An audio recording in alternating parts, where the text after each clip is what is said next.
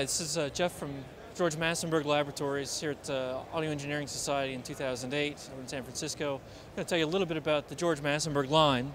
George Massenburg Labs started in 1982 based on George's work for his own personal needs in the studio, basically designing equipment that he wanted to use for his own personal use, really pursuing his own requirements and needs, really desiring to have a certain level of transparency that really wasn't available on the market previously.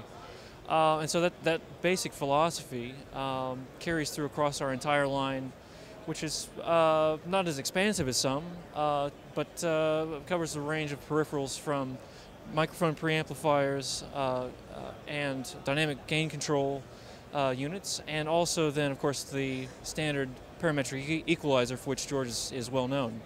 We've got several units here on display. If we'll take a look at the first rack here, you see the classic GML units, which are the 8200, model 8200 parametric equalizer, which is, of course, probably George's best known device. Then below that, the model 8900, which is our dynamic gain control. Both of these units are sort of the classic units from the days of yore, I suppose, one could say. And then more recently, we've been responding to more current trends in audio production and combining these into packages that are a little bit more flexible and useful for people in modern styles of recording. And that's in particular the 2020, which is our flagship unit that has a microphone preamplifier, the parametric EQ, and then also the dynamic section. And above that is our more recent single channel, which is the microphone preamplifier and parametric equalizer, the model 2032. And this was a GML first, and then it has an internal power supply, which was sort of to answer some of the requests that we had for a bit more portability and being able to put a couple of these in a rack and not have to worry about the external power supply, which can be a bit cumbersome for highly mobile setups. All of these units are really based on the same basic topologies from the earlier units. The preamplifiers have been modified slightly with additional features, gain ranges have changed, and small things like that. But they're essentially the same topologies that have been proven, time-tested for 25 years and more in many cases. Then this other rack here we have the mastering equipment, which is a model 9500 mastering equalizer, and below that the model 2032, or model 2030 rather, mastering dynamic range control.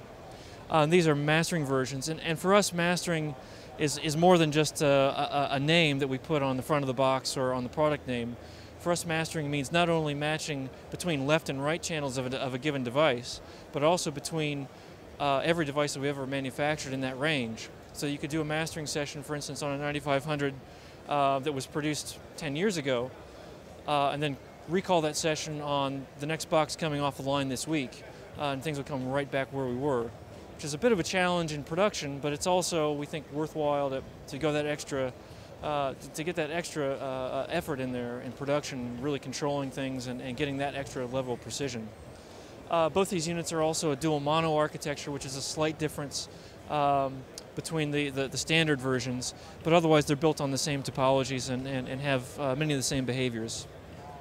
Below that we have what we're showing is a prototype. This is a Series 2 model 8300, which is our 2 and 4 channel version preamplifier. And this is going to be a little bit different in terms of form factor. Previously, the phantom power was on the rear panel, which is a bit of a nightmare in some scenarios for just for logistics and ergonomics. So we're bringing that to the front panel, and then also adding a phase or polarity invert switch. But beyond that, the same preamplifier that we've always had since about 1983 or so. And that pretty much covers the GML line. All this is done, again, within the same basic philosophy of trying to leave no fingerprints and trying to be as accurate and precise and musical as possible. That's something that George has pursued both on the technical side and on the musical side in his career.